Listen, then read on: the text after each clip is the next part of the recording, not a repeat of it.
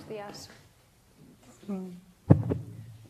Voy a presentar el trabajo que estamos realizando en el departamento en referencia al hinchamiento en túneles por crecimiento de cristales y su modelización. El trabajo que voy a presentar han participado, además de Eduardo Alonso, que es mi tutor de tesis, otros profesores del Departamento de Ingeniería del Terreno y estudiantes de tesina y doctorado. Voy a empezar mi presentación describiendo el fenómeno expansivo que ocurrió en el túnel de Lilla. El túnel de Lilla está situado a pocos kilómetros de Montblanc. Es un túnel de 2 kilómetros de longitud que pertenece a la línea de alta velocidad Madrid-Barcelona. Aquí tenemos una fotografía del emboquille norte del túnel con un recubrimiento de 110 metros. El túnel inicialmente se excavó con una sección en forma de herradura con la solera plana y a los pocos metros de su construcción se observó que se habían producido estos abombamientos en la solera y estas roturas que podéis ver por aquí. Las personas al cargo de la obra se alarmaron y fue en ese momento cuando nosotros empezamos a estar en contacto con este caso. El túnel de Lilla se excavó en rocas arcillosas con anhidrita y yeso pertenecientes al Eoceno inferior, cruzando un área, como podéis ver en el perfil longitudinal, que había sufrido una fuerte actividad tectónica en el pasado. En el material excavado se observan gran cantidad de espejos de falla, de superficies de falla, como resultado de este tectonismo previo. En la solera del túnel de Lilla ocurrieron expansiones importantes, como podéis ver en esta fotografía, y que además evolucionaron muy rápidamente. En 6 meses, lo que antes era esta pequeña grieta con ya un cierto desplazamiento resultó en un levantamiento de medio metro, provocando la rotura de la losa de la solera. Aquí veis el armado, toda esta solera se quedó muy afectada. Los hinchamientos en el nivel del suelo del túnel se midieron periódicamente a lo largo de la traza mediante topografía y se alcanzó un levantamiento máximo en una sección cercano a los 80 centímetros. Instalamos micrómetros deslizantes en sondeos por debajo de la solera del túnel y vimos que se producían expansiones en profundidad y que se concentraban en una capa de 4 o 5 metros de espesor, como podéis ver aquí, que nosotros la llamamos la capa activa, y que por debajo de esta capa activa no se producían desplazamientos. En secciones de prueba que construimos en el interior del túnel con contrabóveda, medimos presiones de hinchamiento muy altas en los estribos de hasta 5 megapascales. Para entender qué estaba ocurriendo, a qué se debía este fenómeno expansivo, realizamos un gran número de sondeos desde el interior del túnel y analizamos la composición mineralógica en profundidad. Como veis, aquí tenemos la descripción del material y principalmente encontramos que el material excavado estaba constituido por una matriz arcillosa, sin minerales expansivos, y por una fracción cristalina formada por anhidrita y yeso. El túnel de Lilla no es un túnel aislado que haya sufrido hinchamientos. En Europa, principalmente en el norte de Europa, existen numerosos túneles que también han sufrido hinchamientos, principalmente excavados en el Gypskuiper. Este es un ejemplo, es el túnel de Belchen, excavado en Suiza, en el material Gypskuiper. Este túnel sufrió importantes hinchamientos y necesitó una reconstrucción. Y para esta reconstrucción se construyó una contrabóveda, aquí veis las fotografías de la reconstrucción, con un espesor de 85 centímetros. En este gráfico se representan los máximos levantamientos medidos en túneles afectados por hinchamientos.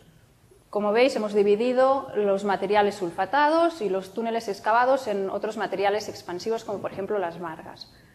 Cuando entramos en los materiales sulfatados, los hinchamientos pasan a ser extremos. Como veis, se midieron levantamientos de hasta 1 metro en túneles excavados en este tipo de materiales. Lilla estaría por aquí con un levantamiento máximo cercano a los 800 milímetros. En el caso de las presiones de hinchamiento, el comportamiento es similar. En los materiales sulfatados, las presiones de hinchamiento superan los 3 megapascales, mientras que en el resto de margas expansivas no se alcanzan el medio megapascal. Entonces miramos a ver cuáles podían ser las causas de estos fenómenos de expansión. En la literatura está descrita una explicación. Según esta explicación antigua, lo que ocurre es que la anhidrita, que es el sulfato cálcico no hidratado, incorpora 2 moléculas de agua en su estructura cristalina y entonces se convierte en yeso y aumenta de volumen. ¿Y por qué aumenta de volumen? Pues porque el volumen molar del yeso es mayor que el volumen molar de la anhidrita y entonces al pasar de la anhidrita al yeso tenemos un incremento de volumen. Nosotros no creemos que esta explicación sea válida y de hecho pusimos un testigo de anhidrita en agua para ver qué es lo que ocurría y no pasó nada. La transformación directa de anhidrita en yeso no es posible, ya que la incorporación directa de 2 moléculas de agua en la estructura cristalina de la anhidrita, que es esta que tenéis aquí, produciría una deformación en la estructura cristalina que superaría la capacidad de distorsión elástica de la propia estructura, y entonces no es posible este mecanismo. Realizamos ensayos de laboratorio sobre material extraído de la zona activa del túnel y no conseguimos reproducir el fenómeno de hinchamiento. Entonces volvimos otra vez al origen, analizamos con más detalle las muestras recuperadas de los sondeos y encontramos que en las profundidades correspondientes a la capa activa, donde inicialmente habíamos medido los hinchamientos, había presencia de cristalizaciones de yeso de neoformación. Estas fotografías fueron tomadas de muestras pertenecientes a las profundidades de la capa activa.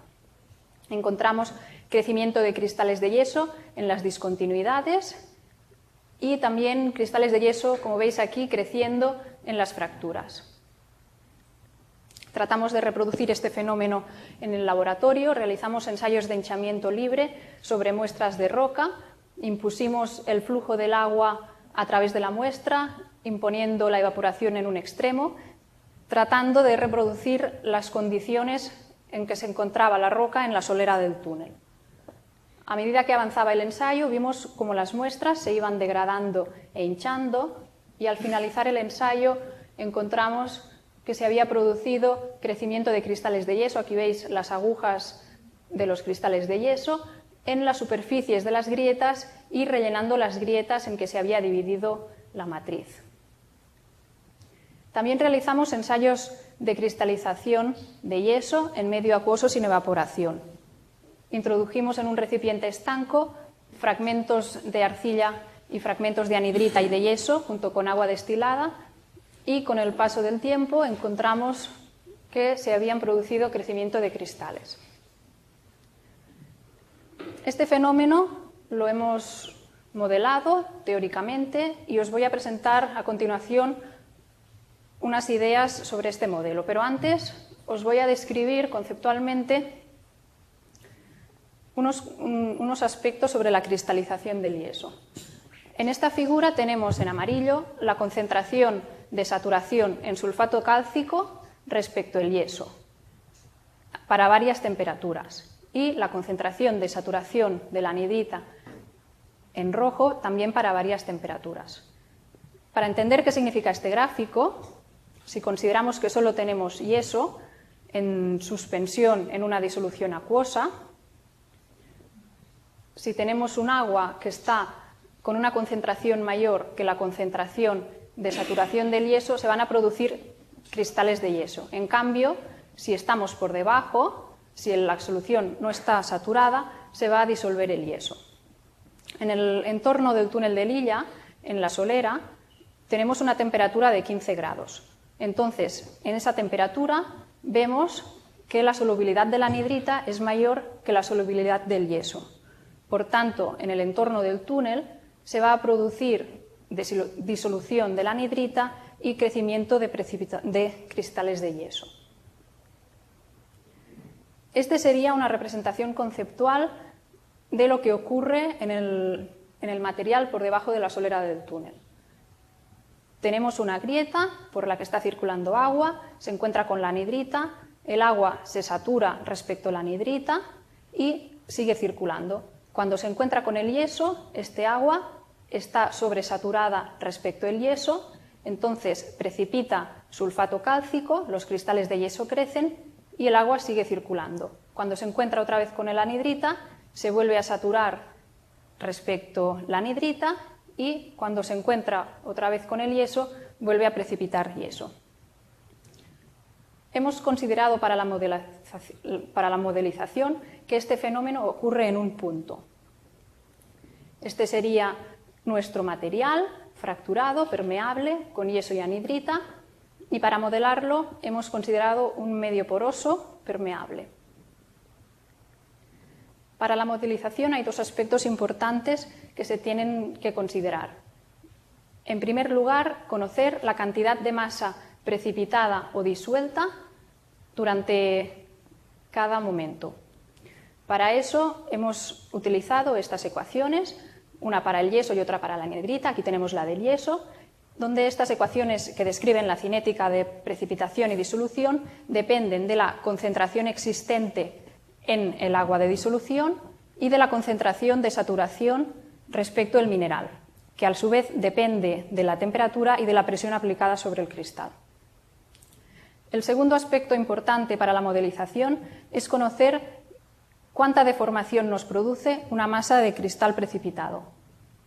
Nosotros entendemos que en una roca que se está produciendo precipitación de cristales se van a producir deformaciones menores para una misma masa precipitada si las tensiones de confinamiento son mayores. Entonces hemos multiplicado la masa precipitada por un coeficiente gamma que disminuye con la tensión aplicada para obtener las deformaciones inducidas por precipitación. Para el análisis hidromecánico y químico del crecimiento de cristales de yeso es necesario resolver de forma acoplada este conjunto de ecuaciones. Una ecuación de balance de masa sólida que tenga en cuenta que en la fase sólida hay una fase insoluble, que sería la matriz arcillosa, y dos fases solubles, que serían los cristales de anhidrita y los cristales de yeso. Después también una ecuación de balance de masa de aire y otra ecuación de balance de masa de agua, una ecuación de equilibrio, donde se tendrían en cuenta las deformaciones impuestas por cristalización, y una ecuación de balance de masa de soluto para seguir la pista a los sulfatos disueltos. Hemos formulado todas estas ecuaciones y las hemos introducido en el programa de elementos finitos Code-Bright. Y a continuación os voy a presentar un ejemplo de modelización del hinchamiento en el túnel de Lilla debido al crecimiento de cristales. Esta es la geometría utilizada y aquí tenemos las deformaciones verticales para distintos tiempos. Como veis, las deformaciones se concentran en los 4 o 5 metros superiores, de forma similar a lo que se midió en los desplazamientos, en los micrómetros deslizantes. Para finalizar, el crecimiento de cristales de yeso es el principal mecanismo que explica el hinchamiento en las rocas arcillosas sulfatadas. El crecimiento de cristales de yeso es un resultado que viene de la sobresaturación de las soluciones sulfatadas y no vemos que sea posible la transformación directa de anhidrita en yeso. El crecimiento de cristales de yeso ocurre en las discontinuidades y esto genera la abertura de las mismas y es la abertura de todas las discontinuidades las que resultan en la expansión general. Para que se produzca el crecimiento de cristales es necesario que exista agua, que exista un cierto espacio donde los cristales puedan precipitar, por tanto, que la roca esté fracturada y que exista un cierto contenido de anhidrita en el material para que nos pueda dar las condiciones de sobresaturación. Y para finalizar, recordar que si nos encontramos con un material en una situación en la que tenemos agua, anhidrita, algo de yeso y roca fracturada, tenemos que tener cuidado. Y esta foto de aquí corresponde a una cueva en México, es la cueva de Naica. Aquí veis la arcilla rojiza, estos son cristales de yeso, no es un fotomontaje. Esto es una persona que es un profesor del Instituto de Cristalografía de Granada. Y bueno, muchas gracias por vuestra atención.